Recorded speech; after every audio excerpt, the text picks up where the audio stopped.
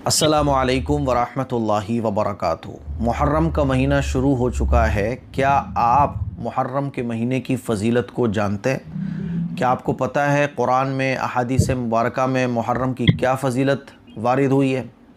हम में से ज़्यादातर लोग तो बस यही जानते हैं कि मुहर्रम का महीना मनहूस महीना, क्योंकि इसमें हज़रत हुसैन रज़ी अल्लाह तआला अन्हु की शहादत हुई है।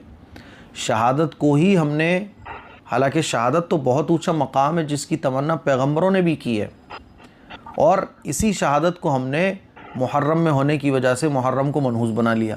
हालांकि मुहर्रम का महीना बड़ी फ़जीलत वाला, बरकतों वाला महीना है, जिसका ज़िक्र कुरान में भी है, अहादीस मुबारका में भी है। इसीलिए आपको ये ज़रूर पता होना चाहिए कि मुहर्रम के महीने की फ़जीलत क्या है। कुरान मजीद में अल्लाह तबारक व तआला ने जगह जगह 4 हुर्मत वाले महीनों का ज़िक्र किया है। मिनहा अरबातुन हुरुम, जिसमें से एक महीना है मुहर्रम का महीना। ज़माने जाहिलियत में भी मुहर्रम के महीने को काबिल एहतराम समझा जाता था, और इस महीने की ताज़ीम अहले मक्का और अहले किताब किया करते थे, और इस महीने में 10 मुहर्रम का रोज़ा भी रखा करते थे। और अहादीस मुबारका में भी मुहर्रम के महीने की बहुत फ़जीलत वारिद हुई है। मैं आपको 2 हदीसें सुनाना चाहता हूँ। अल्लाह के नबी सल्लल्लाहु अलैहि वसल्लम का इरशाद है, और सही मुस्लिम में यह हदीस मौजूद है, अफ़ज़लुस्सियाम बाद रमज़ान शहरुल्लाह अल-मुहर्रम व अफ़ज़लुस्सलाति बाद अल-फ़रीदा सलातुल लैल, कि रमज़ान के रोज़ों के बाद सबसे अफ़ज़ल अल्लाह का महीना मुहर्रम के महीने के रोज़े हैं।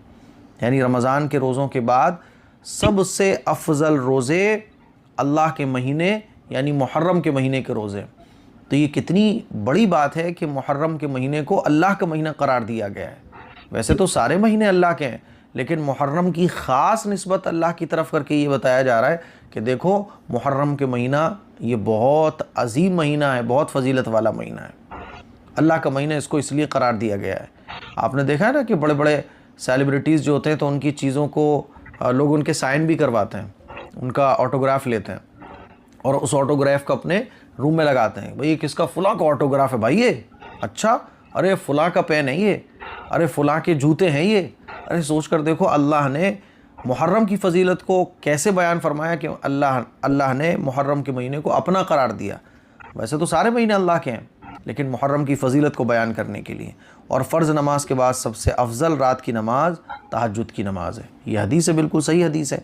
इसी तरह से हज़रत आयशा सिद्दीक़ा रज़ी अल्लाह तआला अन्हा फरमाती है कि ज़माने जाहिलियत में कुरैश रोज़े रखते थे, और जनाब रसूलुल्लाह सल्लल्लाहु अलैहि वसल्लम भी रोज़े रखा करते थे। जब आप सल्लल्लाहु अलैहि वसल्लम ने मदीना मुनव्वरा की तरफ हिजरत फरमाई तो वहाँ भी आशूरा का रोज़ा रखा, और हज़रात सहाबा इकराम रिज़वानुल्लाहि ताला अलैहिम अजमाइन को भी रोज़ा रखने का हुक्म फरमाया।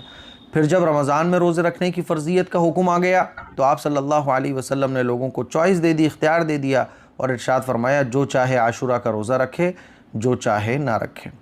तो इस हदीस से ये पता चला कि हिजरत से पहले भी हुज़ूर अलैहिस्सलातु वस्सलाम की आदत शरीफ़ा रोज़े रखने की थी, और हिजरत के बाद दूसरों को भी ताकीद फरमाई थी। यानी मुहर्रम के महीने में रोज़ा रखने की आदत हुजूर की थी, और 10 मुहर्रम को भी रोज़ा अहले किताब रखा करते थे। फिर हुजूर अलैहिस्सलातु वस्सलाम ने जब मक्के से मदीना हिजरत फरमाई तो देखा कि यहूदी भी रोज़ा रखते हैं, तो पूछा कि रोज़ा क्यों रखते हो? तो उन्होंने बताया कि आज ही के दिन हज़रत मूसा अलैहिस्सलाम और उनकी कौम को अल्लाह ताला ने फ़िरौन से निजात दी थी। तो आप अलैहिस्सलातु वस्सलाम ने इरशाद फरमाया कि फिर तो हम तुमसे ज़्यादा इस बात के मुस्तहिक़ हैं कि हज़रत मूसा अलैहिस्सलाम की पैरवी करें। और जब रमज़ान के रोज़े फ़र्ज़ नहीं हुए थे तो ये 10 मुहर्रम का रोज़ा मुसलमानों पर फ़र्ज़ था, लेकिन जब रमज़ान के रोज़े फ़र्ज़ हो गए तो 10 मुहर्रम का रोज़ा फिर ख़त्म हो गया, फ़र्ज़ियत ख़त्म हो गई। फिर ये हुआ कि जो चाहे वो रख ले और जो चाहे वो ना रखे। तो पूरे मुहर्रम के महीने में रोज़ा रखने की फ़जीलत बहुत ज़्यादा है। कुरान में भी बहुत फ़जीलत आई है मुहर्रम की, कि ये काबिल एहतराम महीना है, बरकत वाला महीना है, फ़जीलत वाला महीना है। और अहादीस मुबारका में रमज़ान के बाद सबसे ज़्यादा फ़जीलत रोज़े रखने की, नफली रोज़े रखने में सबसे ज़्यादा जो फ़जीलत है वो मुहर्रम के महीने को है, और पूरे मुहर्रम में 10 मुहर्रम की फ़जीलत बहुत ज़्यादा है। तो आपसे अगर पॉसिबल हो सकता है 1 रोज़े, 2 रोज़े, 3 रोज़े, 4 रोज़े, जो जितने ज़्यादा रोज़े रखेगा उतना सवाब पाएगा। लेकिन कम अज़ कम एटलीस्ट हम इतना करें कि 10 मुहर्रम का रोज़ा हमारा नहीं छूटना चाहिए, जिसको यह आशूरा का रोज़ा कहा जाता है, 10 मुहर्रम, है ना। तो ये फ़जीलत है। और भी मुहर्रम के महीने में और भी इबादत के काम का सवाब बढ़ जाता है, सदका करने का सवाब बढ़ जाता है। बहुत सारी अहादीस से पता चलता है कि अल्लाह तबारक व तआला अज्र को डबल कर देता है मुहर्रम के महीने में। और ये भी याद रखें कि मुहर्रम का महीना काबिल एहतराम महीना है।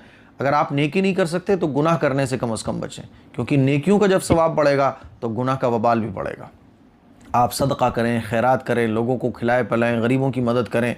और रोज़ा ये मुहर्रम के महीने की बड़ी ख़ास इबादत है।